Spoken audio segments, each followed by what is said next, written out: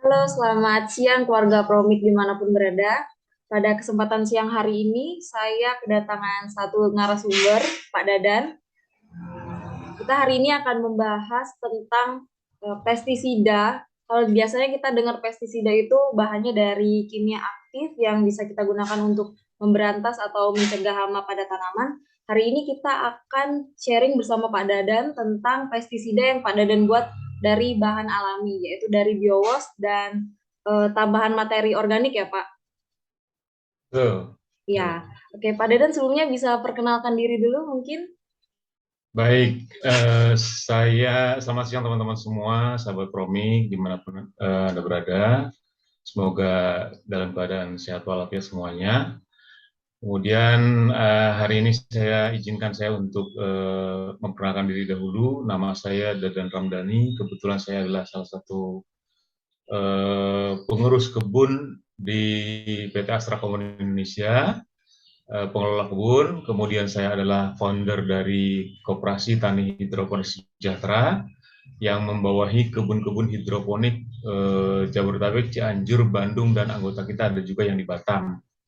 Yaitu bagaimana caranya teman-teman yang sudah produksi sayuran hidroponik bisa kita salurkan sayurannya hasil produksinya ke supermarket ya, ke pengepul-pengepul dan yang lainnya. Nah, kemudian juga saya sebagai pengawas kebun, jadi pekerjaan saya memang pekerjaannya keliling kebun, gitu kira-kira. Saya langsung mau tanya nih ke Pak Dadan. Awalnya kepikiran buat memanfaatkan biowas ini sebagai pestisida itu dari kapan dan bagaimana Pak awalnya?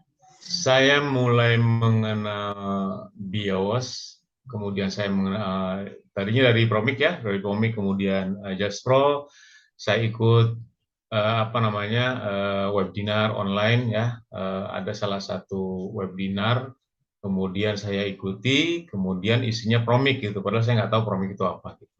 Dan ternyata saya sangat senang sekali gitu ya, dari dulu dari 2017 saya aplikasi pestisida organik dari bahan dedaunan yang ada di kebun kita. Yang jadi masalah adalah bagaimana cara mengawetkan pestisida tersebut.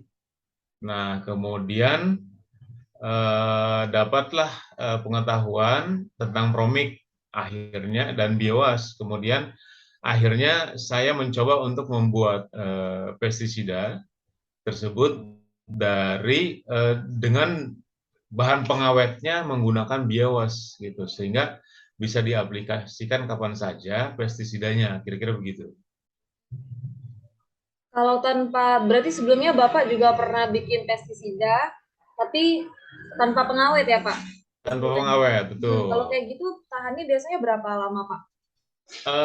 Sebenarnya memang bisa lama tahannya, cuman yang nggak tahan itu baunya. Jadi semakin lama dia akan semakin berefek bau gitu. Dan walaupun sebenarnya efek bau tersebut justru malah bikin bingung hama gitu. Artinya kalau efeknya baunya menyengat, itu justru malah hamanya akan semakin bingung.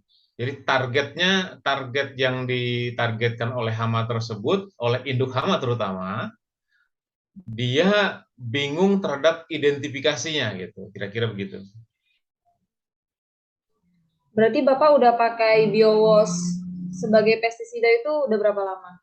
Sejak pandemi ya, 2000 katakanlah 2021 lah ya, atau 2020 2021. Oke. Kalau mau diperbandingannya Pak, sebelumnya kan Bapak berarti nggak pakai biowas kan?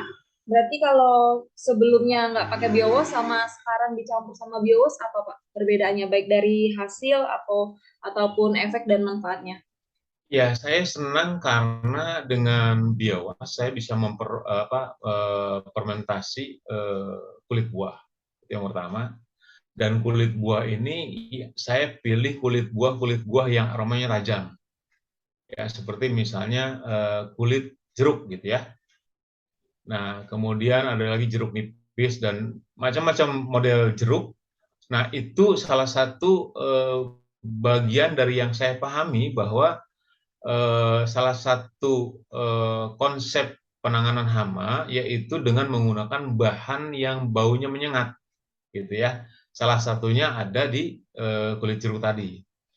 Nah, kemudian ada juga beberapa bahan dedaunan yang saya tambahkan, sehingga eh, daunan yang saya maksudkan tadi berpotensi sebagai bahan pestisida alami itu bisa diredam juga baunya oleh bau jeruk, sehingga hanya kira-kira sekitar 10% lah yang kita gunakan daun-daunan. Sebab kalau daun-daunan yang kita pakai semua pasti juga baunya kurang kurang enak. Bagi saya sih sebenarnya nggak masalah gitu ya. Bagi saya dan bagi hama akan lebih efektif, baunya semakin tidak enak gitu ya. Karena yang tadi saya bilang bahwa hama tadi identifikasinya akan kacau apabila bau spesifik daripada tujuan hama itu terganggu. Ya, kira-kira begitu. Kalau perbedaan lainnya, Pak, ada nggak selain dari bau? Perbedaan lainnya, alhamdulillahnya saya sangat senangnya pestisidanya bisa lebih awet gitu. Saya simpan di botol, itu ya setelah jadi pestisidanya saya simpan di botol, itu baunya tidak berubah. Jadi kalau misalnya tadi aromanya aroma jeruk lah katakanlah gitu ya, itu aroma jeruk itu bisa tahan selama di botol ya, itu tahan dengan aroma itu sehingga tidak mengundang bau yang tidak sedap, kira-kira begitu. Ini kan berarti pestisida alami kan buatan Pak Dadan. Kalau pada Ya. umumnya di pasaran itu hidroponik itu ada pestisida kimia gitu nggak, Pak? Nah, kebetulan tugas saya kan keliling-keliling kebun nih, gitu ya, keliling-keliling kebun.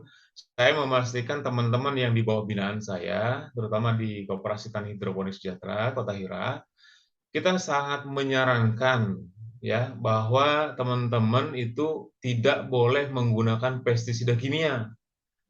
Artinya tidak boleh mencemari sayuran yang kita produksi dengan zat yang berbahaya. Nah, kira-kira begitu. Jadi paling tidak gunakanlah bahan-bahan yang ramah lingkungan ya, kemudian aman bagi manusia ya, sifatnya tidak membunuh. Nah, kalau konsep kimia pestisida kimia kan konsepnya membunuh gitu ya.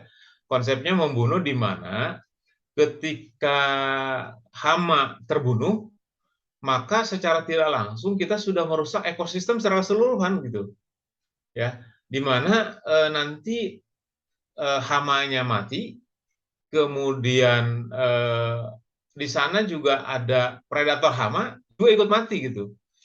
Yang salah satunya katakanlah sekarang misalnya ada belalang sembah lah gitu ya. Belalang sembah atau ladybug gitu. Sekarang itu sudah sangat jarang gitu.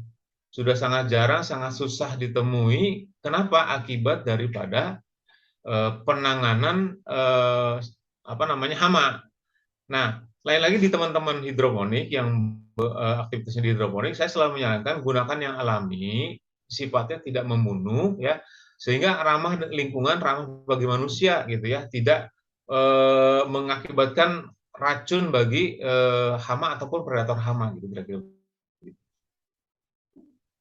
Ya, jadi penggunaan pestisida kimia itu secara nggak langsung juga malah nanti di suatu titik malah bikin hamanya semakin banyak ya Pak. Karena tadi Bapak bilang predatornya habis juga ya. Betul, jadi penggunaan pestisida kimia yang nanti sebenarnya pestisida kimia itu akan menjadi resisten gitu ya. Hama itu justru akan malah menjadi kebal gitu. Nah, ini kan memang aturan pemerintah boleh diperbolehkan menggunakan pestisida kimia boleh gitu. Tetapi dengan menggunakan misalnya aturan katakanlah 2 mil per liter air misalnya ya. Kemudian penyemprotannya pada waktu-waktu tertentu misalnya. Jangan menyemprot misalnya 1 minggu sebelum panen itu tidak boleh disemprot misalnya. Itu peraturan pemerintah gitu ya. Nah, yang jadi masalah gitu di lapangan kan kita tidak pernah tahu nih, tidak ada apa namanya pengawasan khusus gitu untuk para petani yang penggunaan bahan-bahan pestisida tadi, termasuk bekas-bekas pestisidanya misalnya botol-botolnya segala macam itu kan mereka buang sembarangan kadang-kadang gitu ya. Nah, ini juga akan bertambah rusak juga alam akibat buang bekas tadi limbah berbahaya tadi kan gitu kan.